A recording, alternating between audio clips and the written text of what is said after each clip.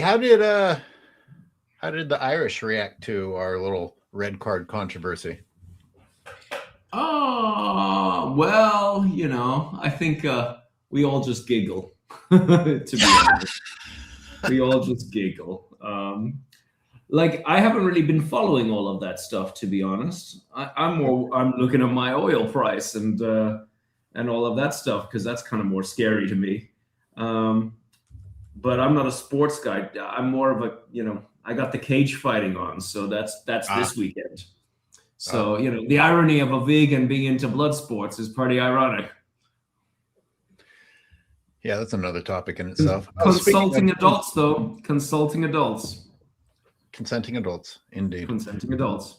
not another species that does not understand. Yeah, well, and everybody's well compensated for their damage, so can't say the same for the industries beyond this. So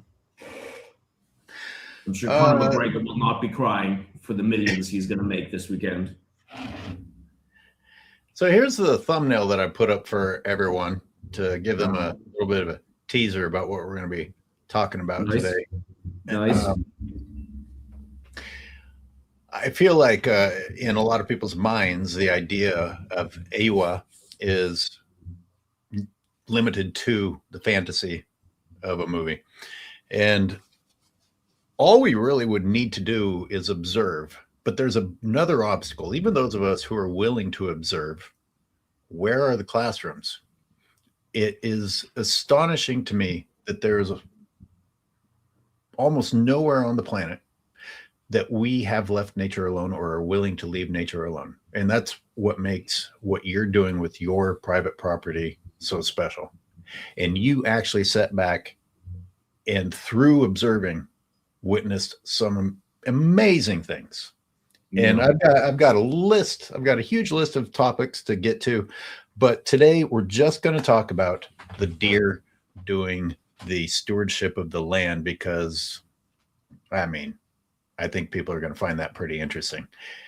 Do you want me to try and tell it, or do you want to retell it? I don't know if you get tired of telling the story. No, so there's always been a problem with the concept of vegan rewilding because it doesn't address something that is well documented of having problems, and that is, what do you do with a species that no longer has a predator? I didn't have a solution for that, but I knew that I couldn't compromise on the vegan concept. Otherwise, I would do exactly what they already do, which is try and simulate a predator with no natural inclinations for that and still being disconnected from nature. So what I would become is a blunt tool trying to solve something that's quite refined. So I didn't have a solution. I knew the ethics for me mattered more. That was a problem. So I did have a fear. And I even had the worry that, God, what will happen to this wonderful place that is evolving and getting better, and biodiversity and all these things? Am I going to have to go back to what we did before? Just to preserve the things that we had gotten back? It felt really, really, I won't lie, I had a crisis of character. But my family motto is festina lente, which means make haste slowly. So I decided to just allow time to go by and we would come back to this problem. And it's ironic that I did, because as I was worrying about these things in the back of my mind, I was walking. And it was raining, and I had headphones, Samsung phone, connected with the cable and all that stuff. And I was listening to Dying Fetus, the wrong one to F with, which is great album. Good stuff, good stuff. And I was listening to it. And as I was walking, contemplating this issue broadly, I heard somebody cutting down a tree. Now, you have to understand, Dunsany, we do not cut down trees. We are allowed to cut things that are fallen, but we must allow 50% to remain on the ground, and we earmark what's going to stay and what's not going to stay. So it's yin yang, as I said before, give and take, the essence of any good relationship. And our relationship with nature is no different. But anyway, this was not a chainsaw. This sounded like someone with an axe. Bang! So I said to myself, I pulled out my phone and I was going to call the police, because, you know, the types of people who come onto your property in the evening, it was a sort of, you know, an autumn evening, are usually the types of people you don't want to go face to face with. Let's just say that. I'm sure you have them in where you come from. So I was like, I looked at my phone, no reception, of course. I'm in a forest and we're pretty wild around here.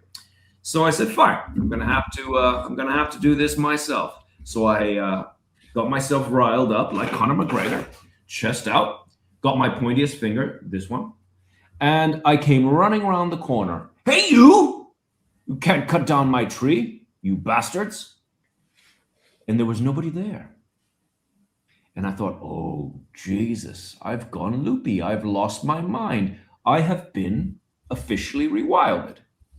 And I thought to myself, oh, there we go.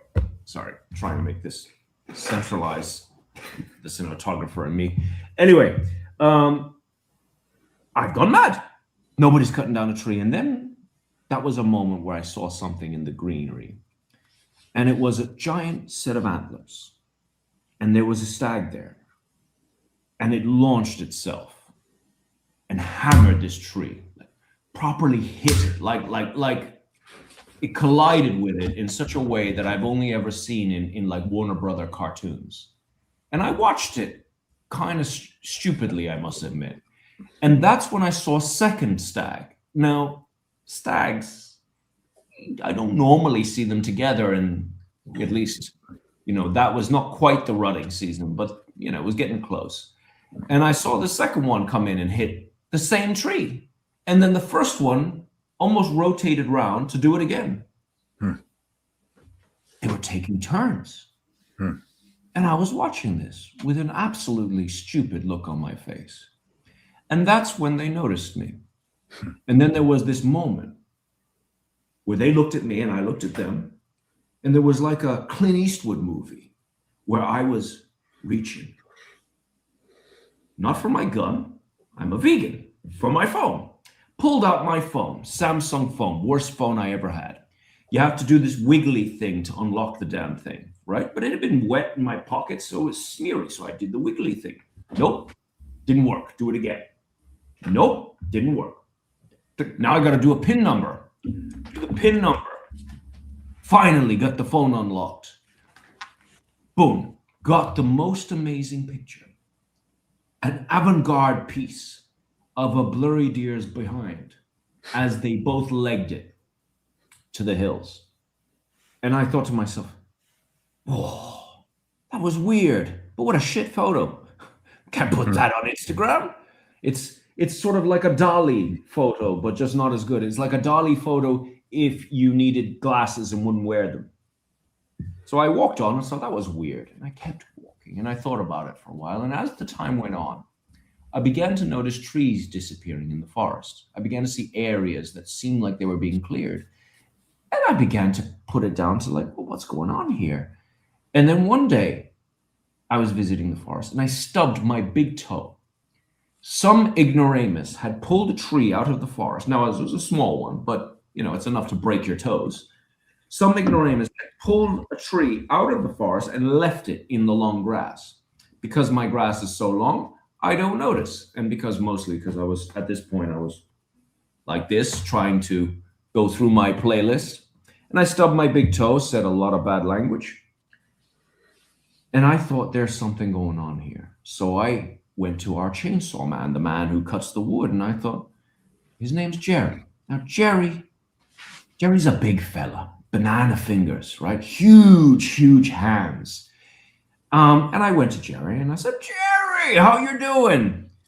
Have you been doing some extra work here, Jerry? Because have you been violating the Dunsany rules of 50-50? And he looked at me and was like, no, what are you talking about? Have you been doing some environmental work, Jerry? And then I finally said it. because he didn't understand what I was saying. Are you cutting down trees, Jerry? Then he looked at me and said, you think that I'm cutting down cherry laurel? And I said, are you? He said, cherry laurel's worthless. It's an invasive. It releases arsenic. Why would I do that? It's worth nothing. You know, you're the worst boss I ever had, and I worked in the prison service. And I thought to myself, well, it can't be that bad. Surely I gave you a raise. Never. Okay. Guess I am a shitty boss. So you're not cutting down the trees, Jerry. And then it turned out it was the deer that were removed. We had set up cameras. There was deer eating the cherry laurel. Now, deer do not eat cherry laurel or rhododendron. It's poisonous. But they were removing the leaves and they were stripping the bark. Now, the thing you have to understand about cherry laurel, and a lot of you listeners in America probably don't have this invasive. You have other stuff. Cherry laurel comes from like Eastern Europe area, and it loves our soils, and it takes over everything. It just covers everything. No light gets down, so it just becomes like these deserts of greenery. It looks beautiful. It looks like a jungle, but nothing grows with it. And it grows, it's like the Terminator. You can keep attacking it. In fact, our government spends $2.5 million just in Roundup to deal with this particular plant. And so what they typically do is they'll cut it and then they'll inject the Roundup. I think DuPont has some chemicals that they use as well, but they put it on top and it tries to absorb into the wood. Because if they simply just cut it, a lot of the time it comes back. So this is a more effective way. There is another way that you can deal with it, and I'll get back to that. But one of the ways that it happens is if you remove the bark, because the bark, that skin that wraps around the bark is actually has a membrane that feeds the tree. Now that's with most trees. That's why deer can be kind of damaging, because they will strip barks of trees and that will starve the tree of nutrients. But the thing is with cherry laurel, it has like a defense mechanism. It absorbs arsenic from the ground and releases cyanide when you cut it.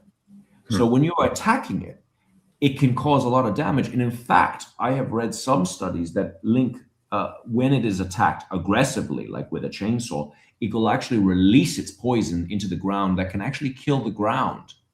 And for years afterwards. So sometimes when you see areas that have been cleared, you won't get a lot of things growing immediately. So this is the Terminator of plants. And I thought to myself, how would you destroy this without releasing all its defense mechanisms? Because one of the things to note is that a tree does not have a nervous system. It can react, but its reaction time is not the same as us. So, you know, in the same vein that trees are able to communicate and ward off predators, whether that be things like deer or larvae, because let's say an oak tree in Ireland, it can release smells and tastes when it's being under attack by larvae that will attract things like wasps, and wasps will attack the larvae. So you see how one hand washes the other. But this wasn't that. This was something else. They were stripping the bark. They were removing the leaves. How do these trees feed themselves? They absorb light. They use water, and that gets turned into sugar, and they feed themselves and they grow. If nature was going to destroy an invasive like this, how would it do it? It would stress the tree over time. It would eliminate its ability to feed itself, weakening the tree over time. And something I noticed immediately happening, fungus set in. It was almost by magic. There was an excessive amount of fungus that would grow on any of these attacked trees. The ones that weren't attacked, nothing. But the moment these trees got weakened, it's almost as if the fungus set in and started breaking down the tree. There are trees that I've been watching being stressed out for 2 or 3 years. And I walked into an area yesterday and they're dead now. They've all died. And the fungus has almost like by magic is just completely consuming the wood. But by stripping the bark, which is what the deer were doing, they were starving the tree, and then the leaves were dying off. But there were trees, the normal kind, your ash, your oak, your hawthorn, your alder. They were starting to grow underneath the very trees that were invading. And so what we started seeing was things like that starting to perforate, coming up. While the weakest tree, while these invasives were getting weakened, our normal native trees were beginning to come through. And that was fascinating because I'd never heard of that. So I started asking our professors at Trinity College, big university here. It would be the Harvard or the Oxford of Ireland. Have you ever seen that? They looked at me as if I was stupid. Deer do not eat cherry laurel. Otherwise, all the national parks wouldn't have to employ so many people to deal with it. But here it was happening. So we got it on camera. We had a student who did set up cameras. It was happening. It was happening all over the place. But this was happening in 7 of the 9 forests that we have. Now, it didn't happen in 2 of them. The reason it didn't happen in 2 of them is there were no cherry laurel or rhododendron in those 2 forests. So that's the first thing to note. But in all the other forests, it was happening. My neighbors were planting cherry laurel for bushing, and they also had small, younger forests, but they were not doing rewilding. Their cherry laurel was untouched. And the cherry laurel in Dunsany, it wasn't universally being attacked. It was targeted. They would focus on one area, stress that area out. And what I mean by stress, they would break branches, push things over, sometimes remove things, strip barks aggressively, and remove leaves. And they would do so over periods of time. We're talking up to years. Those areas would start to weaken, new trees and new things would start coming up, and either the new things would start growing alongside them, or eventually the cherry laurel would die, and that would just leave the natives growing through. Are you describing a stealth tactic by the deer so that the cherry laurel would not release the cyanide or the? I'm not saying, and again, you have to understand that I checked this around, and I checked it with universities, I checked it on Google, I checked it with every scientist who comes here. Have they ever seen this happen or heard of it happening in any other place? To this day, and unless somebody else can come to me, and I'm very willing to listen if anybody can find out this happening anywhere else. Today, as far as I'm aware, this is the only place in the world where this is happening. But, so yes, I'm not saying that there isn't any cyanide being released. I'm just saying that an animal that does not eat this stuff is attacking it and removing it in favor of the forest. And it's happening in 7 locations. And it's happening not across, it's not that they got a taste for it and they're just going around eating it, because that would mean that's an anomaly. Maybe they're drunk, maybe they're doing something. This is targeted. They will completely ignore huge areas of cherry laurel that looks very juicy to me and focus on 1 or 2 areas at a time, stress them out, destroy them. This is happening, like I said, in 7 forests. It is not happening on my neighbor's side, on either side. So, and my neighbor is, in some areas from this forest, is about 200 to 300 meters untouched. And like I said, this is something at first that I thought maybe a bad year, maybe they're hungry, even though that doesn't make any sense because I have 200 acres in front of my house full of grass that they're not eating. Maybe that could be an anomaly. So I thought, we'll see. This has happened around year 5. And we're on year, 12 now? 2014, yes, year 12. And this is still happening today. However, the areas are expanding. There are areas that have died out. There are areas that they start picking on. And if we were to look at this in the greater sense, if we were to look across this maybe over the next 20 or 30 years, we could see a massive decline in these invasive species. Now, rhododendron on one side of the forest is completely gone. They've removed it all. There is some still left on one other piece, and they're attacking that also. So it's not just cherry laurel that they like. They're going after the 2 most aggressive invaders. And what's the other one? There's cherry laurel, which is the majority, and then there's rhododendron. They're kind of what I call the gruesome twosome. They look similar. They are both highly invasive and highly poisonous. I would go as far as to say that rhododendron is a little bit worse because its pollen is poisonous to bees, where cherry laurel's pollen is not poisonous to bees. Oh. It is as toxic and as nasty as you get, and it's very hard to get rid of. There's an area in the west of Ireland that's completely pink because they have a rhododendron has a pink flower and it's beautiful, which is why it was brought as a decorative plant. And that has taken over that entire valley, and all you see is this pink valley. And it looks fantastic from air, but there's no diversity there at all. It's because it's like destroys everything. But going back to Dunsany, this is happening. It has continued to happen.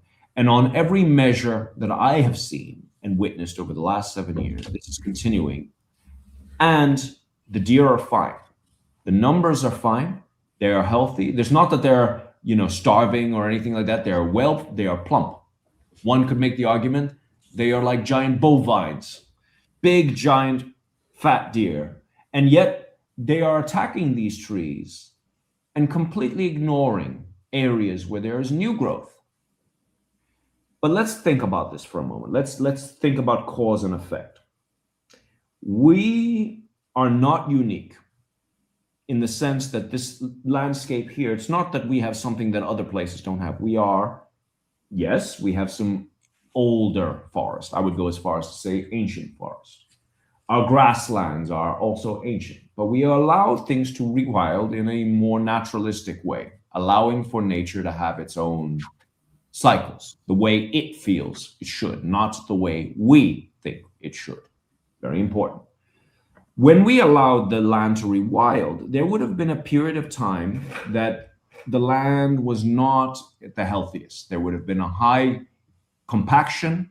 There would have been lots of genetically modified organisms that would have absorbed into the soil over those periods of time when we were giving them, barley from Brazil or whatever. There would have been antibiotics because all the sheep and cattle would have been regularly dosed. There would have been all kinds of other chemicals that I would have not even be able to name today because that's just farming, isn't it? All of that would have accumulated in the soil, weakening the soil's ability to communicate, meaning the mycelium. And then for those listeners who don't know what that is, underneath the ground is a complex internet of fungus. And that is one of the ways that plants are able to communicate. They use this fungus network to be able to send pulses and even transfer nutrients to each other as a way of communication. When we removed all those creatures, we no longer had antibiotics, which disrupt fungus. We no longer had genetically modified things absorbing into the soil. We were not using pesticides or chemicals. What we were allowing is a natural cycling. There was a huge amount of noxious weeds that no doubt were absorbing and re-cleaning the soil over periods of time. When this started happening was roughly about 5 years. There was a connection because the weeds, the noxious weeds that I saw that took over the field began to decline just at the moment when the deer started attacking the invasives.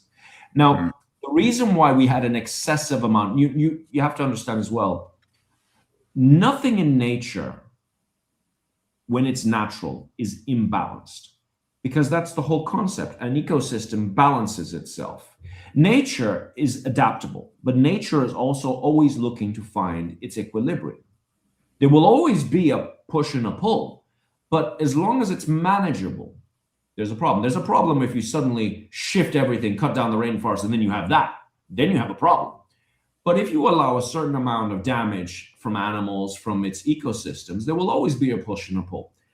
But when we removed all the animals and we allowed all the grasslands and we allowed everything to naturalize, there is a very good chance that a lot of the contaminants were being absorbed in these noxious weeds, because that's where I would see lots of cattle. I would see 1 or 2 species of noxious weeds. One in particular was called ragwort, and ragwort's a beautiful yellow flower. It's a native, but according to the Department of Agriculture, it's an invasive. Native? Invasive? How does that even happen? It's because there's a possibility of it poisoning horses, and we are in a very horse-heavy zone here. A lot of breeders. So they don't treat it with respect. It's a problem.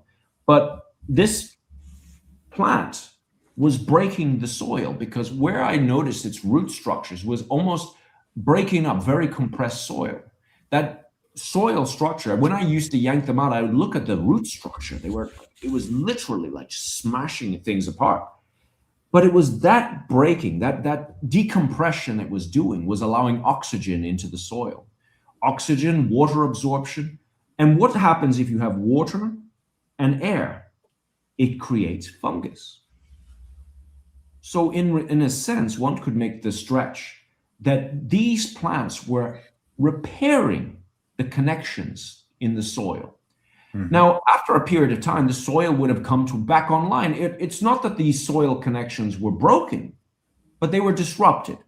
A lot like talking on WhatsApp to your buddy, trying to get directions, and you're slurring and it's a mess, but you're still trying to get directions. What happens if suddenly the signal got good? Your 5G, so to speak. Suddenly, communications go on board, systems come back online, systems start to renew themselves, systems start to protect themselves. Now, in the same way that trees and plants are able to recognize their young and give off smells and tastes to ward off grazing predators in a forest, in a functioning forest, what would nature do if a grazing predator was no longer the main problem? That something else, something external was the problem, like an invasive. Does the whole world become cherry laurel, rhododendron, and Japanese knotweed? Or does eventually, after a certain period of time, after a certain amount of stress, does nature adjust or create an anomaly? I believe that this is nature at work. Nature recognizing that now the systems are coming back online, and its greater problem is not a grazing animal, but an invasive that threatens to destroy an old system. And systems are like cities. The government, the council, what do you want to call it, the leaders will ultimately do what's best for the system. And if the system no longer deems that the deer are the number one problem, but the invasive, how will a static system fix that? Perhaps in the same way it gives off smells and tastes and other things that perhaps we're not fully aware of to ward off. What if it could actually ward towards and convince the deer that they want this, even though it goes completely against what they eat and what it does elsewhere? Because it's interesting that it only happens at Dunsany, and that the neighboring areas, it's not happening. Mm-hmm. Same deer, they go between, there's no fencing. The fences, you need 8-foot fences to keep deer here. And I assure you, mine are 3.5 foot. We're only here to keep the hobbits out. But not the deer. So same deer. For people who are just tuning in, I'm going to do a very, very fast explanation about what's taking place. Randal Plunkett has allowed his land in Ireland to rewild instead of continuing to manage it or have agriculture on it. And through his patience, he witnessed nature correct problems that usually humans would step in and say, oh, see, this is the problem. We have to manage it. And in the patience of allowing nature to handle things, a network was reborn under the ground, a communication network. And this communication network has gotten healthy enough that we are possibly saying that the network reached out and asked other forest animals to help and do a little something. And what Randal witnessed and what is talked about in his book is the deer actually targeting a very specific tree while leaving other trees alone. And they're only doing that in an area where the network that I just spoke about exists, and they aren't even bothering in other areas. So the idea that the deer are attracted to the cherry laurel for other reasons or for selfish reasons to consume it or anything like that, well, there's no evidence for that, but there is evidence that they're doing it in an area where the forest is becoming more healthy. How do you explain that? Well, maybe we don't have to explain it, but humans always feel a need to explain it. You can just sit back and accept that nature knows better than we do. And we're witnessing one of the miraculous forms of nature self managing when we back off. It's an interesting thing, this arrogance that the human race has, that we know best, that we are the only saving thing that for nature. Yeah. When in reality, nature does a whole lot better if we get our hands taken off. It's a topic I have written down for a whole nother show, by the way. The problem is, I'm not saying that there isn't room for humans to be involved. I'm not going to go that far. But what I'm saying is that nature is not this fragile thing that cannot adjust or manage. Nature has survived countless environmental tragedies. Probably when the dinosaurs were here, a big giant meteorite probably hit the planet, maybe. There were probably aliens here, who the hell knows, right? But nature is a very adjustable, it will survive. The problem with nature is that not everything in nature is going to survive. Nature in itself will evolve. It evolved creatures to walk the earth. We have removed many of those creatures. We have destroyed many of those ecosystems. But be under no illusion. We have a finite position here on this planet. But when we destroy this place, whether it be from radiation, whether we take all the water, whether we cut down all the trees, there will be a period of time where we probably will not do well and eventually expire. But nature will rebuild based, whether it's be plastic, all that stuff, it will reconstitute itself in a different version in the next one. It's kind of like that movie, The Matrix. I think The Matrix 3 or Matrix 2, when they said there's been many versions of The Matrix. And every so often we do a firestorm, we start the whole thing again. It's exactly that. The only question is, are we prepared to be ousted? Because our behavior is becoming disruptive. We are disrupting the party. And disruptive guests get ousted from the party. The biggest thing is, how do we evolve ourselves so that we can go back closer to nature? Well, the first thing is we must accept the fact that we do not have the answer, that nature is far more supreme than we will ever be.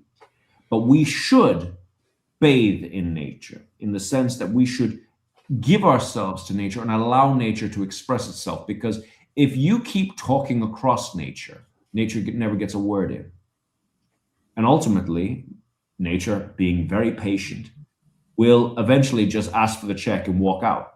And that's the problem. So when we did this, we allowed nature to express itself, good or bad. We removed the concept of good or bad and just said is. This is what nature wants. This is what nature is doing. Now, it's not to say that we did nothing. We still do things. But I like to say that we try and complement nature. We go with the flow of nature rather than trying to manage or control nature. So what I mean by that is we will try and do things. We are trying to help nature along by mimicking what nature is already doing. But that's the truth of it. Rewilding is about letting nature take over, not about selling a product, where a lot of people here will say, it's a product, a service, an idea. But it's very important that we do not confuse nature being able to express itself to some form of, we need to use bison to control nature so we can sell a product. Because that's the problem. When we start to bring our bias into nature, that becomes the problem, because then we're not listening to nature anymore. We've forgotten what nature is trying to say, and now we're trying to say our thing, which means, we must have beef at the supermarket. The problem is, when you start to do that, you have missed the point. The point is that nature must recover in its own way, and we must be part of it. And sometimes the best way to be part of it is just to listen, it's just to watch and admire. Because the thing is, nature will recover in a form, but we also have to accept that, just like being young, and I was young once, I will never be young again. We are having a journey, and nature is also having a journey. I will say as far that we've induced this journey in nature's sense. But I will also say that nature would have had an induced journey one way or the other, because one of the things that makes change is a stress factor. It is the basis of how our bodies develop. It's how you develop skills. It's how you develop strength or muscle.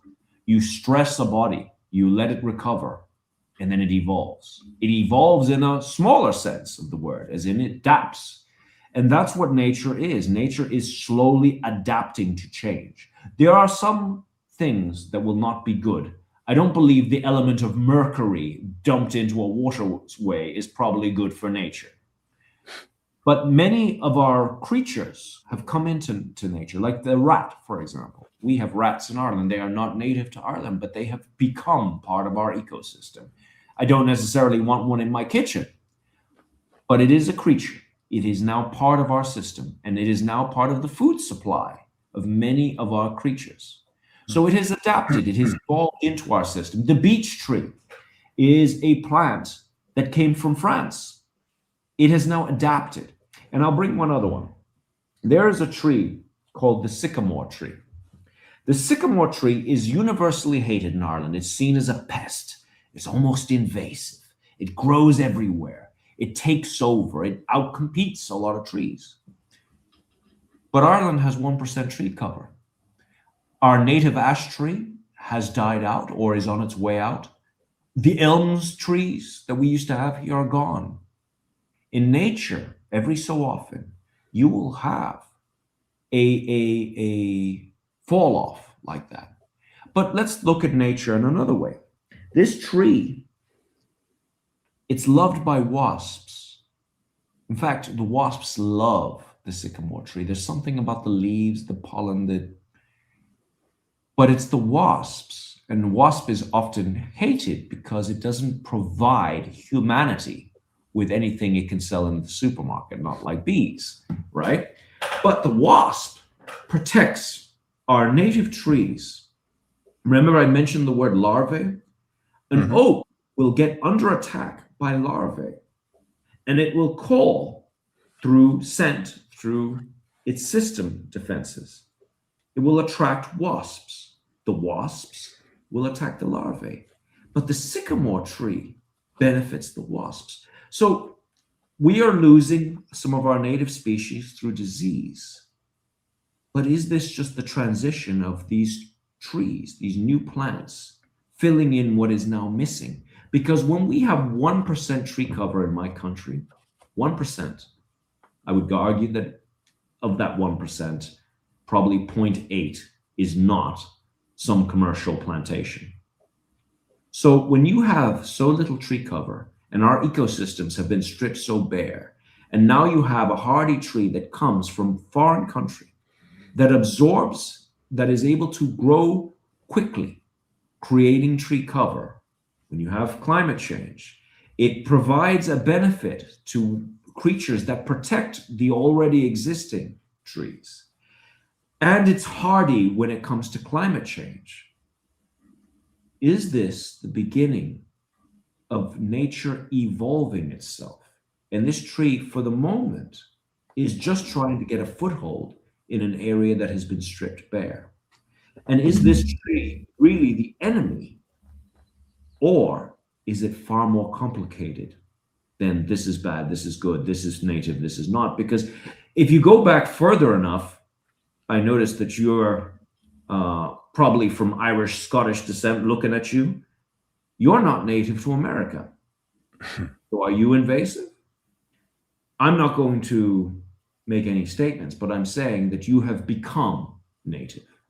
You have become part of that system, good or bad. Perhaps we should start looking at things that come in and things that benefit a system rather than looking at their origins. Because there's an old saying, It's not where you're from, it's where you're at.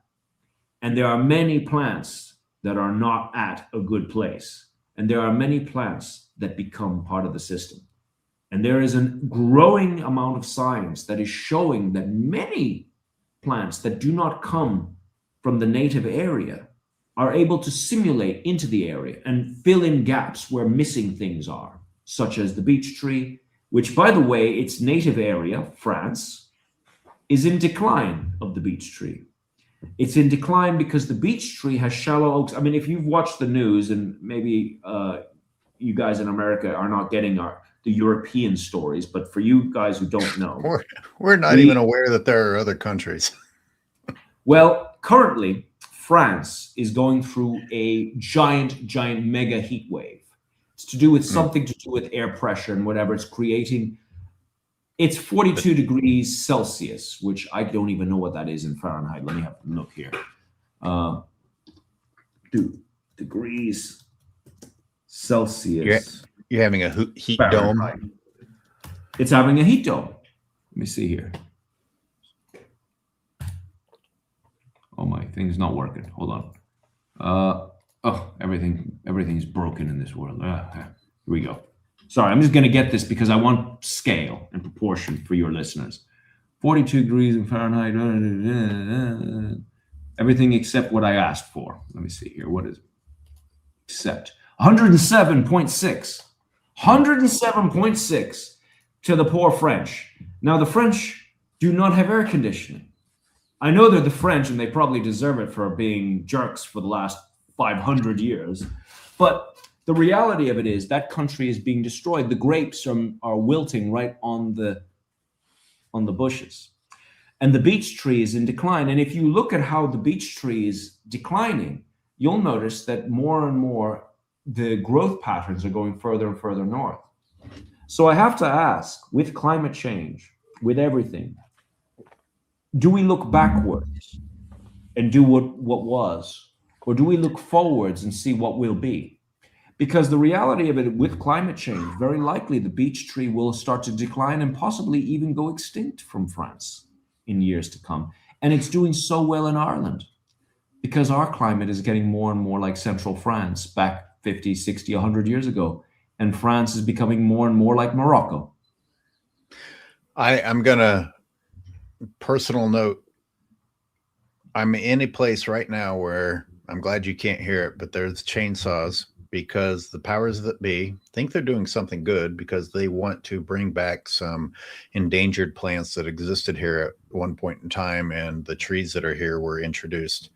And exactly what you were saying, these plants that you're trying to bring back existed in a different climate.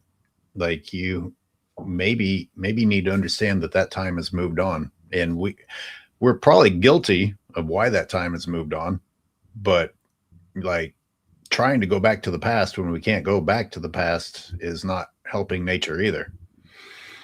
I mean, it's a wonderful thing if you can bring the past back. But in many cases, this was not, we're not on the same trajectory. There are many places and many situations where that will not be possible, or without a huge amount of resources being spent. And I mean water, I mean management, I mean all of that. If you have to manage an area so much to preserve a certain kind of thing, it will not last. Because the concept of nature is the survival of the fittest. And systems will change and adapt in periods of time.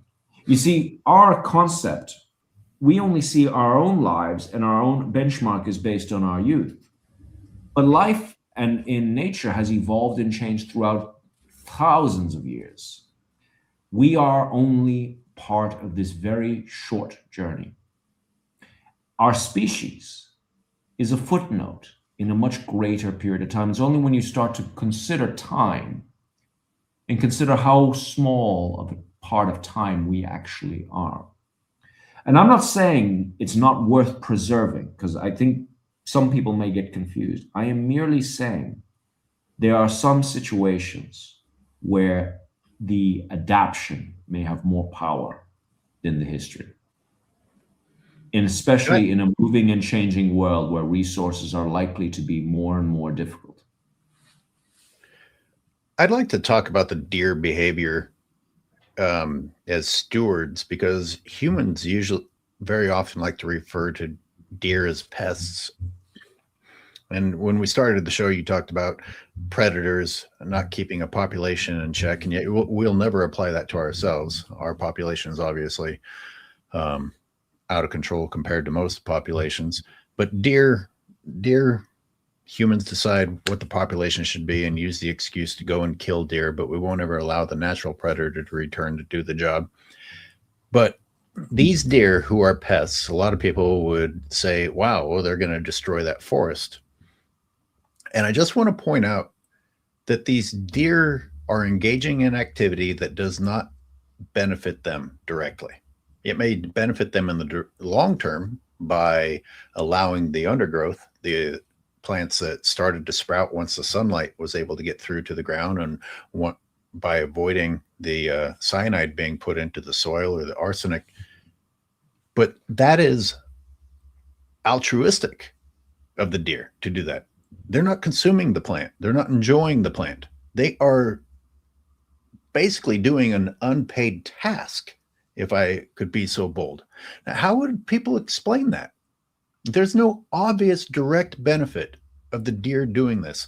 So I would call the deer stewards of the land. We have ranchers here who call themselves stewards of the land by destroying the land. Here we have deer that are voluntarily doing something that is going to be in the long-term benefit of the forest.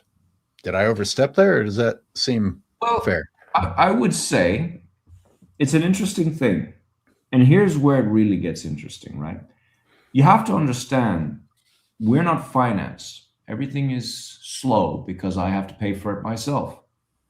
And we focus on things that are, at this moment, that are about knowledge. That's the basis of the vegan rewilding project that I'm making. It's about creating the knowledge so we can make better decisions in the future. The interesting thing about us is that it's so surprising to us that nature is looking after itself. Why is that so surprising? We're the arsonists here, not the other way around. To think that the problem with the deer is the problem for nature when we are the problem for nature. They're not saying that the deer don't do damage. And an interesting point, because we have stopped deer hunting here for God knows how many years now. But there was a very high amount of poaching last year. And we were less successful than we had been in previous years in stopping it. And I noticed this year, not only was there a much bigger number of deer, but their behavior was different than it had been in previous years, particularly their grazing behavior.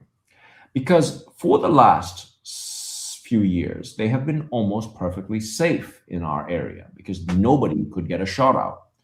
But then we had one fall year where suddenly we had a lot of poaching and there was a rise in the non-beneficial grazing. There were still areas that were completely unprotected and they were not doing as much damage as they were when I started. But I did notice this year a slight rise in damage. The only factor that's different of this year was that there was a lot of poaching last year. And the reason why I'm bringing this up, when the deer were not really in threat, they actually surprisingly caused less damage. When they were under threat because there were now humans involved, they caused more damage. Now, it's 1 year. 1 year doesn't tell a story. 1 year starts a question. The bigger question will be what will happen in the next 2 to 3 years? Was that an anomaly year, or were we going to see a pattern? Because what happened last year is that we had a lot of poaching, and we had a specific poacher who I won't name him by name, but we know who he is, and he's a very well-known criminal. And this guy is a trophy hunter. He hunted all our giant stags and took out all the giant stags. Now, the reason why this is important, and let me explain. how deer breed. They're not like us. They don't get boozy on a Friday night and suddenly they have coitus. That's not how it happens. What happens is they have something called the rutting season in Ireland. So what that means is around end of September, October time, suddenly the testosterone in the males goes up 300%. They start to make calls and they get all the females together and they will fight with each other to get the women. The big bad boy gets the most women.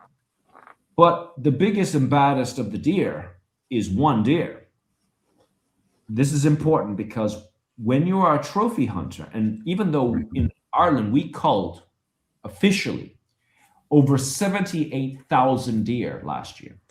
Jesus Christ. Yeah, 78,000 deer last year. And they are calling that we need to do a mass cull for the next 3 to 4 years, increasing on that number to get a handle on the deer situation. But here's the interesting part. When things are under threat, now let's get away from deer for a moment. Let's just talk about human. Where there is war zones or areas of high conflict, you will notice that there is a higher amount of birth rate. You can look across the board. You'll see that everywhere. Where there's more danger, more birth rate. Go to deer now.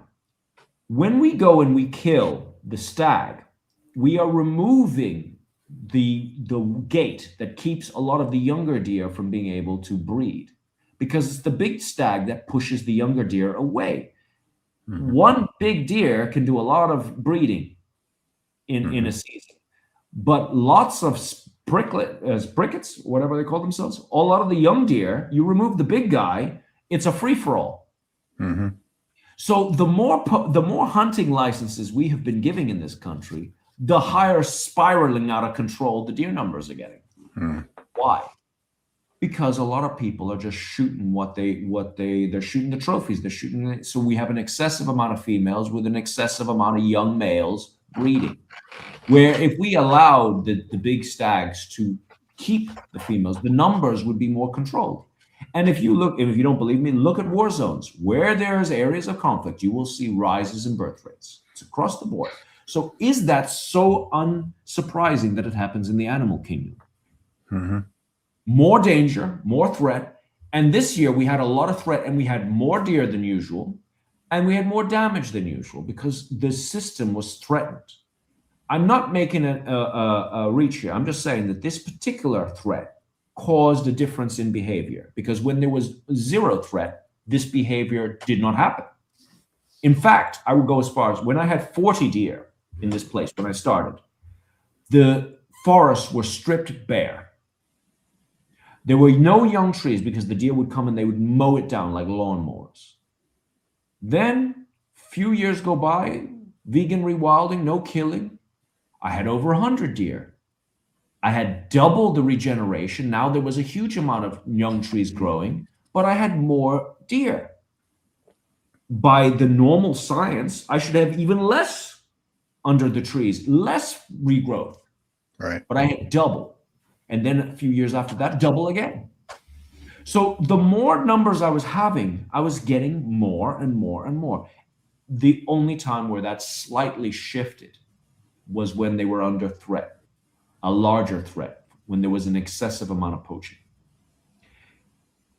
This could be something, it could be nothing. The question is, we must watch it and see. But I think this year, poachers are going to have a harder time with me because I have invested in lots of stuff to catch anti-poacher stuff. And we hate poachers here at Dunsany. I have run across them many a time. I have had my windows shot out by all kinds of unpleasant human beings with guns. But the truth of the matter... Sorry? Just amazing. Just the desire to kill is just astonishing to me. The links people will go to. I know. And I am curious. Why don't you want to mention his name? He's a trophy hunter. Well, he's a career criminal. I'm sure he's not on this channel, to be fair, but he's a well-known criminal here, and he's got mobster ties.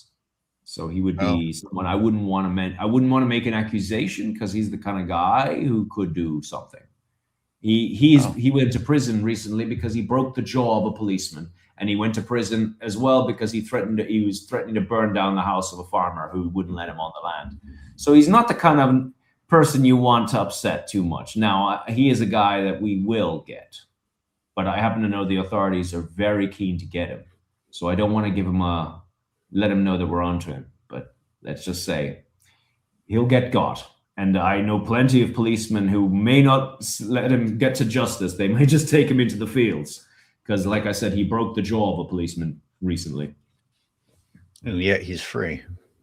Well, we don't like to punish in Ireland, but sometimes mob justice comes to fruition. And I'd say there's plenty of cops around here who, if they caught him in the back of the car, he may vanish. How much could an American living on your land get away with? Well, the good thing is we're not very good at looking at the facts things here. We are easily distracted, and we don't send people to jail here. So it's pretty wild, lawless place. But the truth is, going back to the deer, the deer are servants of the nature. They can be a toxic element that destroys nature, or they can be something that brings nature to fruition. At Dunsany, they started as an element that was destroying nature. Then we went through a period of time where they were rejuvenating nature. And I would say to them today that they are agents of nature. And yes, we may have volatile moments where things don't go linearly. But the truth is, nothing in nature is predictable. Things change. Anomalies are created. And I would say you cannot take a damaged system and induce a change immediately. You must allow nature to recover for positive change to happen. So just because you decide you're going to allow your lawn to grow a little wild for a couple of months to a year, won't necessarily turn the deer into agents for nature. But if you allow an older systems that are much more ancient, because the more powerful the system, the older it is. So the older the system, the more powerful, the more ability it has. Like this could happen probably in the Amazon if we were to allow it to recover. Because those kinds of very ancient systems have way more power. They are what I call more tuned. It's very difficult for this to happen, I would imagine, in a plantation. I would say it would not happen in a plantation because a plantation is a school. And if you let the school get run by the classroom, you know what happens? All the girls get pregnant by Friday and the building catches fire. It's a disaster. You don't let kids run places. The thing is, what's great about young people and young things, young is full of vigor and drive to do. Middle-aged, well, we have a bit of wisdom and we have some drive. Age has experience and has seen it all. It's a reason why old people run things and not these young 20-year-olds. I'm middle-aged. I'm getting to the stage where I can start saying, I got age and experience. But the truth is, that's it. And those systems, you need the age for that system to work. Because otherwise, if you have a young system, it's just a fragile, weak system. It's missing. But what is different between Dunsany and a lot of other places that we have, because of the age of the systems, I think that this happened a lot faster than it would have happened, let's say, in a younger system.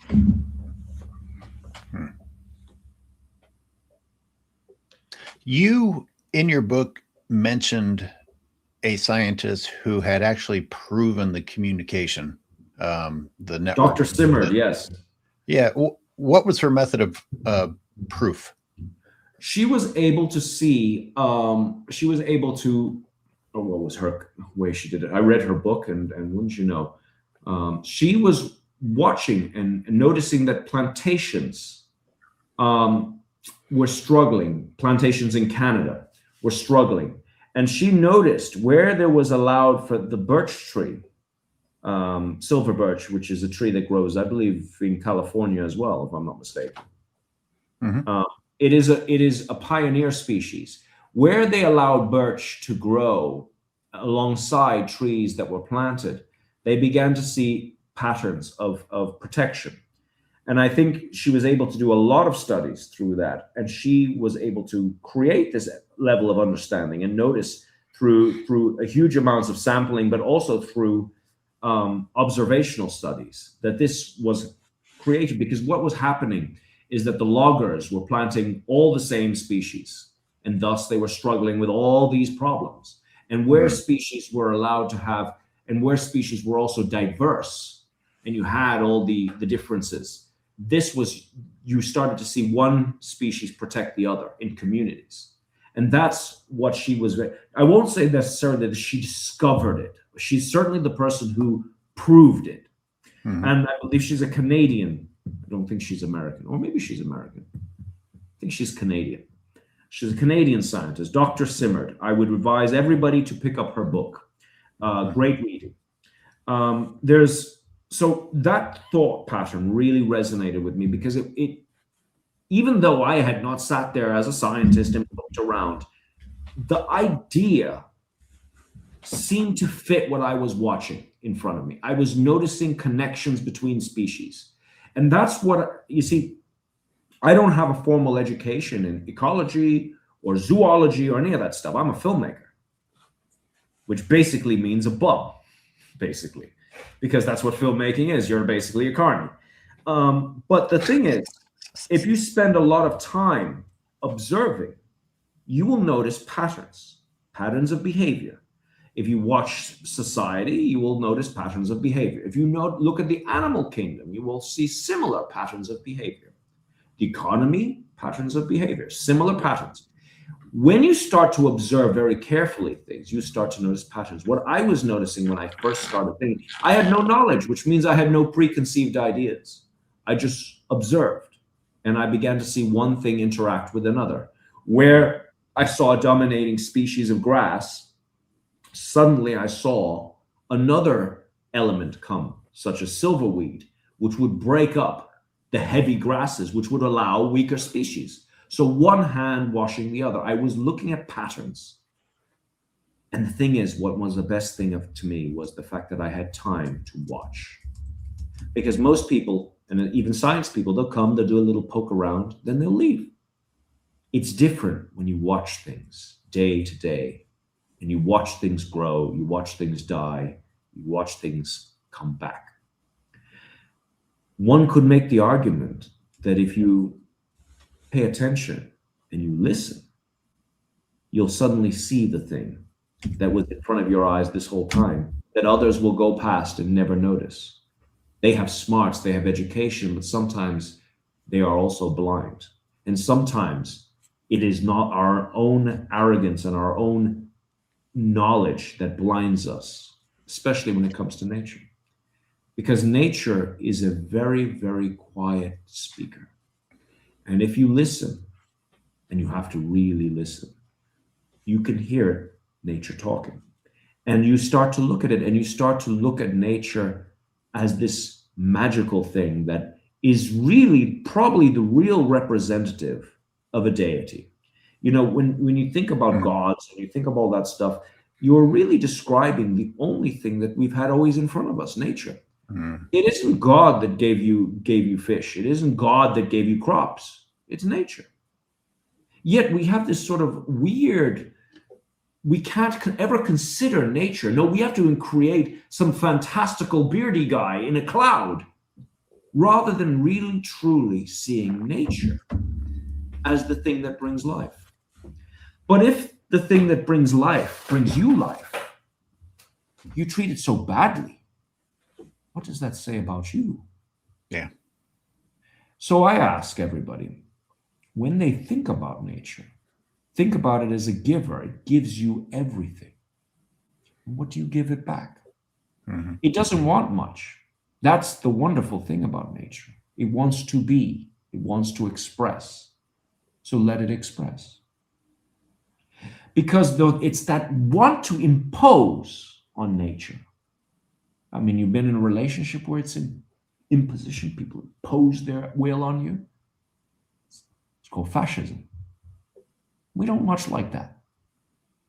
But what we do love is when we're given an opportunity to express ourselves. People who are able to express themselves have no problems. Because when you're able to express yourself and you have no restriction, you know what? You're happy as Larry. Because the most unhappy people are unable to express themselves. Take a look at that guy who's sitting in a glass tower working on Wall Street or whatever, right? How do they express themselves? They can't. They have all these emotions, all these feelings, and they're chasing an invisible thing of importance that's not even important because they're giving up their lives for something that is unimportant, materialism. And yet you go to a Shaolin temple and you see a monk who walks around in rags, but has appreciation for the things around, you know? And then you ask, who's happier? My money is on the monk. Ladies and gentlemen, this classroom of Randal's that is allowing us to witness these things and learn these things is under threat from a rail. We talked about it last week. I put the guide, the support guide, in a link that I just threw up on the screen, and it's also in the, I put the scientist's name up there again. But it's on my website. You can download the guide easily there.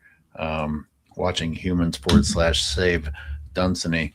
There, I put it there. It's also in the description. As Randal said last week, if add your voice, he says that it would actually be helpful. We don't want to lose locations like this where Mother Nature is providing an environment for us to actually learn. So if you're willing, and as he said last week, it would actually be helpful. Download that form, take a look at it, and follow it to support what Randal's doing over in Ireland. If you may, I would like to say one thing as well. I want to add a little bit more. We are in uncharted territories with nature. But what's fantastic about nature is its resilience. We are never going to get what we had back. I'm never going to be young again. But what we will have is to change our behavior, because there's no amount of nature restoration is going to be worth anything if we don't adjust and change our behavior. That's the biggest problem. The problem with the world today is not nature. It is us first. Nature will solve its problems, but until we change the way we do things, the way we think of nature, no amount of chainsaws, chemicals, or any of that is going to matter a damn. Because it's our value system, it's the way we perceive things that is fundamentally flawed. We may even do nice things for nature for a brief period of time, but unless we change that little voice that's in the back of our minds, forcing us to go back to our old practices. That is one of the most dangerous things about the regenerative grazing trend. It is the most dangerous men come dressed as sheep. That's what regenerative grazing is. It is a well-dressed sheep, but there's a wolf underneath. Not that I have a problem with wolves, because wolves are great, but you know what I mean. The problem that we have is, we're doing enough. We have regenerative grazing. We can still have beef burgers. Because you can talk to me about transport, you can talk to me about petrol or recycling, all that stuff, but none of that matters when you have an industry on the horizon that does more damage, takes more water in a day, and at the same time you're talking about data centers. I'm not going to defend data centers, do not get me wrong. But it doesn't really matter when animal agriculture is the number one thing. I'm not going to say the data centers won't be a number 2 or number 3 in the future, but I'm telling you, you can talk to me all you want about everything else. But while we have this obsession with animal agriculture, we will never see peace on this planet, because we can pretend that that's not the thing that is the number one. That is the number one. You can ask about electrical cars all you like. You can ride your bike to the supermarket, but it's almost irrelevant when there's a guy next to you ordering a hamburger. Yeah. And it's 2 bathtubs worth of water for that hamburger. Yeah. And you're going to talk to me about ChatGPT. Though, it's not that that's not an issue, but we're blurring the issue. The issue, number one issue today, is we start with animal agriculture. We start with what we have for breakfast. We change what our mindset is. We have to consider veganism, because veganism is our default setting for our bodies. You don't have to like it. There are lots of people who will not agree. You don't have to even like what I'm saying. But ask the simple question. Look at our biology. No claws, no teeth, grinding side to side, alkali saliva, a long digestive tract. You don't have to be a rocket scientist. You can talk to me about your history all you like. You also used to throw gay people off buildings and have lead pipes, and you had asbestos in your roof. I'm sorry. The meat industry is the asbestos of 2026. So, when I'm actually making a good enough point in one of my videos or in a talk that I'm giving, a lot of times the reaction will be, well, then what's the solution? It's a defensive. It's like, well, then what is your solution? And my answer is, we're never going to find a solution if we continue to be fooled that we're still on the correct path, which is what regenerative grazing is. You're not even looking to do the right thing because you're too busy being convinced that the bad thing you're doing is still good through different forms of marketing. Of course, there are solutions out there. Are you actually looking for them is the question, or are you looking for an excuse not to evolve, not to change, not to give up the path that you're currently on, not to realize that this does not equate to killing an animal. It doesn't. And people can bring up the past all they want. Oh, but when we were up in the caves, I'm sorry, but most people are not living in caves. And if you're stuck in a jungle and you have no choice, that's a different conversation. But how many of you are stuck in the jungle? You're going to go to whatever it's Target. Is it Target that you guys buy your stuff at? Wherever. It's one of the many things we have. Whole paycheck, whatever you call it. Anyway, you'll go to the supermarket. You will buy your dinner wrapped in plastic, probably coming out of a freezer. So what the hell are you talking to me about caves for? The problem is that's the attitude. So what is not in discussion. There's lots of stupid things we used to do, but the reality of it is that this is the number one giant big elephant sitting in the corner of the room that we want to glaze past. And yet we are still trying to convince ourselves that it is easier to go low fat than just to put the goddamn donut down. Because the problem is that we are eating our way to extinction. You want to talk to me about biodiversity? Well, if you got rid of all this land, what would you do? Well, the first thing you could do is you could start diversifying our food system, because we have a highly processed food system, in the sense that we create 1 or 2 breeds of food. Those breeds, like the banana, like the chocolate, are all under threat because they've been refined and genetically bred to produce favorable things for the supermarkets. So what do we do with all that land? What do ranchers do? You have plastic that now needs to be solved. We could create bioplastics. We could have hemp. We could do any number of things. It's amazing when you get the big fat cat corporations who are profiteering and deliberately trying to create doubt with alternatives.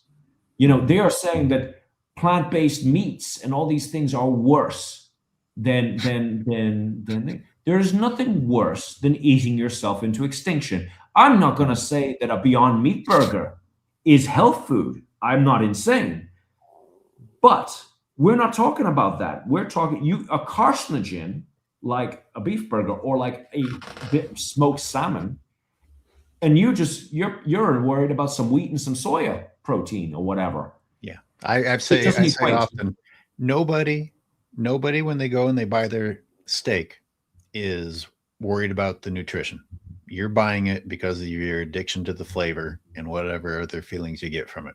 My buddies and I, back when I was not vegan, we never, when we were deciding what we were going to throw on the grill, the nutritious content of that meat never once crossed our minds or came into the conversation. But all of a sudden, when there's an alternative to eating ourselves into extinction, oh, but yeah, is it good for you? Well, you know what? It's funny as well because now we go back to the food system. We are obsessed with macronutrition. Got to need your protein, as if we're all running out of protein, right? Yeah, I mean, seriously, like, you know, there are villagers. They've got like coffee. They've got protein shots offered in our coffee stores now, with a coffee with a protein boost. But the thing is, but this is the thing, right? It's crazy. I have never met someone who's protein deficient. Have you? I would go as far as to say that we overeat protein quite considerably, even for sure. as vegetarians. We do not need that much protein. If you look at the healthiest nations, the healthiest people, look at how much protein. Because when you're a growing child or a growing kid, you eating a little bit more protein is one thing. But when you're an adult, when you've stopped growing, the last thing you want is to grow more, because growing also grows cancer, grows all these things. It's aging. So what we want is quality food. What we need once you pass the time of growth, you want diversity, you want richness, you want quality over quantity. So when someone says to me, "Oh, where do you get your protein?" I say to them, "Well, I get it from high quality beans, high quality tempeh, high quality green nutrients. What do you get?" Because I got my bloods back, and guess what? I'm all good. No B12 issues, despite all the naysayers saying I'm deficient, omega-3, everything. And that's not even trying. That's just eating vegetables. Mm-hmm. So maybe we were supposed to eat vegetables. And even with all the processing, because I don't know if you know this, but most of the fruit that we get, a lot of it gets picked prior to being ripe, and then it's kind of like egged on by chemicals. That's usually how it happens. Bananas, all that stuff, they pick them and they're green. They put them in this kind of chamber and they let chemicals out into it. So even though that's a problem because you are getting an unripe fruit fast ripening, which means you're not getting the full natural vitamin structure. But even with that, you are able to live a much healthier and better life that is more resistant against disease. Still going to die. I think there's no chance of us all living forever, but we don't necessarily have to pay a bomb to be put in the hospital. And if you go to your Taco Bell and you get the extra meat, I assure you are going to the hospital even quicker. Yeah. I like that. I'm going to read one of the many comments we've been getting. People are storing fat like they're preparing for the end of the world that they're participating. Another thing I'll say, I've lost your sound completely, is that hello. They're all gone. Interesting. Hello. I can hear you still. Anyone? Am I being lost? Hello. Let's see. No more sound. People in the comments. I'm just going to talk until someone starts telling me to shut up. But the thing is, regardless, I think if you look at veganism and its importance in nature, there is no difference. You want to protect nature. There is no other way. Because if you are a nature person and you're not giving up the beef burger, you're a hypocrite. Because we know this. It's not some pseudoscience. We know that animal agriculture is literally obliterating our environment. And I'm not saying that there wouldn't be a sociological change if suddenly all these ranchers would be out on the dole lines if they lost their business. I'm not saying that we have to do this overnight, but we have to evolve. But that starts with us becoming, that starts with us slowly evolving our mindset. And we start doing things like diversifying our food. Because the biggest problem that we're now going to face, even as vegans, our food system has gone so to a point of refinement, and our food chain supply is so refined that if any break in the system, we're all starving. And I come from a country that had famine, and that's always baked in our memories here. But let's look at this. I know in America right now, you guys are panicking because you don't have that much oil left. The Strait of Hormuz and this whole thing with Iran is creating a problem that is going to affect America in the next couple of months. If we have a problem with our food supply, people are not going to get fresh food delivered at the supermarket. And that has a knock-on effect to many things, and people will panic. Let us not forget what happened during COVID, and people went nuts for toilet paper. What's it going to happen when we all go nuts for bread? Yeah. Because this is a real thing. We are not producing locally anymore. We are shipping food all the way around the planet as if it's going out of fashion, using an enormous amount of resources. And bear in mind, I'm still going to say this, despite this reality of sending avocados around the place, in my country, one local pound, and I use the word pound, of beef is still using up more water and more carbon than 3 avocados flown around the planet twice. That's amazing. So that just tells you, I'm still not got any sound, so I'm going to still keep talking. One could argue that this is kind of like my relationship with my wife. She sort of would argue that she's on mute and I just keep talking. So I guess we're playing cosplay here. But reality of it is that food supply is the same. So we have to start considering more. In fact, I would say to her, to farmers today who have herds, they could be the heroes of the next generation. They just have to have the vision and see the planet in a different way and see that we are on the cusp, and they could be the very champions that we need. But if they stay the same and they don't change, they don't evolve, they don't grow, they're going to get left behind. And that's the number one thing I think is the problem. It's not that it's a very difficult thing to change. And it's I understand it. I am a guy who did it. I also had cattle. Just because we can get away with it today doesn't mean there's any future in it tomorrow. Correct. And those ranchers will be penniless and starving like the rest of us. The only thing is, many of their habits will be directly involved in their hardships. So those ranchers today should be looking for the future, because there's no future in steak. There will be future in producing varied amounts of food and diversification. Because anything that is completely refined, anything that's gone to monoculture is a disaster waiting to happen. And we are inches from disaster. So I would say to those ranchers, think outside the box and think a little bit about history. Look at what happened in Ireland. Look at what happened in other countries where there was real famine. I don't know if the Americans ever really endured famine. I'm trying to think if there was a famine ever in America. Certainly not one that I can name right this moment, but we had famine. Famine ain't good. They should be the champions for our next generation. It should be the hardworking farmers, because they are they are the agents of the land. They've just forgotten to listen to the land. That's the only problem. But all it takes is one to hear the voice of the land. And then look, you're looking at it. I used to be the person who did not listen to the land. I had cattle like everybody, like all those guys. 1,000 head of cattle at Dunsany. My grandfather used to get drunk looking at the numbers on the checks, and he had a great old time. But when it comes to my grandchildren, the only way they're going to be able to survive is if we evolve and we move, because things that stay still go stagnant, and that's the problem. So I would say to all of the people involved and all the people who are not involved, if you have the opportunity to purchase land, do restore it, look after it. Remember that you cannot rely on this functioning broken system that is inches away from collapsing. And hunger is something that we shouldn't have, because we've had all these advances in technology. We have all this stuff. We have all these freezers, and yet we have more famine now than ever.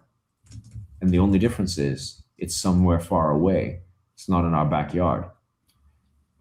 But famine comes very fast. And with the heat, with climate change, we need forests. We need these things because it will cool our planet. And the reality of it is we are still able to make the changes. We won't have an easy time, but we can avoid being ousted from the party and having a disastrous time in which none of us walk away from. So we must try and bring these people online. It's difficult when you don't have an alternative. I get it.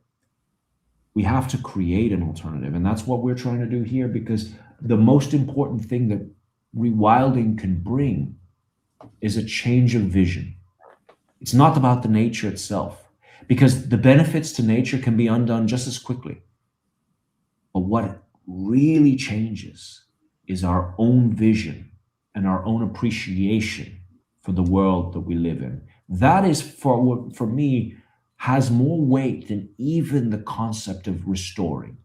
Because if we had a more universal change of vision, what I do outside would be just a drop compared to the wave of change that could change everything. And that's what this place is for. That's why we're making the sacrifice, to try and create the knowledge so we can have better decisions. If we have better decisions, if we can make the right choices without being under the illusion that regenerative grazing or that sustainable farming with the greatest hits by Roundup and Gallup and DuPont, chemical nutrition, genetically modified food, if we can get past this fantasy land and start really going back to our old roots, I think that we have a great future ahead of us. The only problem is we're going to have to fight for it. Randall, can you hear me now? Sounds still Can you hear gone. me? Okay. No idea. Well, everyone else can hear, and this is awkward. I'm actually. Oh, now it's back. It came back. You unmuted. You accidentally hit mute, didn't you? I don't know how that Just happened admitted. because that keyboard's here. Anyway, it doesn't matter. I just wanted to talk for an hour about rubbish. So there we go. I got my 2 cents in. What have you got for me? People were still listening. People were still enjoying what you're doing. You did a great job Those carrying poor on. suckers. Those poor suckers. Unbelievably, I have to cut us off. We've been on for an hour and a half, and I have to get on to the next. You have a life, Dace. You have a life. Hey. No, it's on a personal note, I just think that it's wonderful to be invited to talk to you. And it's wonderful to be part of a conversation that gets me so excited, because I leave these conversations and there's all this doom and gloom, but I leave them so excited because it recharges me to get up tomorrow and do this all again and say, I'm going to fight every day until I can't fight anymore to make sure that we don't have to have those dark things. And you know what? This year there will be less poachers, there'll be less thing, and we're going to have more deer and more nature than ever. Because if it's worth fighting for, then we better bloody well fight for it. Randall, how's next Wednesday look to you? We'll talk offline, but I'm throwing it out there. If you ever, we can maybe we can do next Wednesday. I think if you could do a little earlier would be great for me. you know what I will. I'll do what? How it's an hour. I'm enjoying these conversations. Will your audience be fed up? I don't know. Well, I got to tell you, like I said, I have a book worth of notes today. This all We came did the from deer today. it was supposed to be about deer. It was mostly about deer, kind of about deer. Yeah, mostly. Yeah. But And you the can thing also is, call in. You can also call in and interrupt our Tuesday show, because as I know, my co-host Jack would love to talk to you about these things. But okay. Well, you're gonna text me afterwards, and then maybe I'll crash your Tuesday show. okay, That would be great. Maybe I'll turn up Tuesday and Wednesday. Fantastic. How do you like them apples, huh? We can. well, I've got my schedule for Wednesday. I've got a list of shows that I have planned for us. So Wednesday priority, crash our show Tuesday, Cool. second priority. Well, you have my digits. You just fire me, Okay. because I do enjoy chatting with you.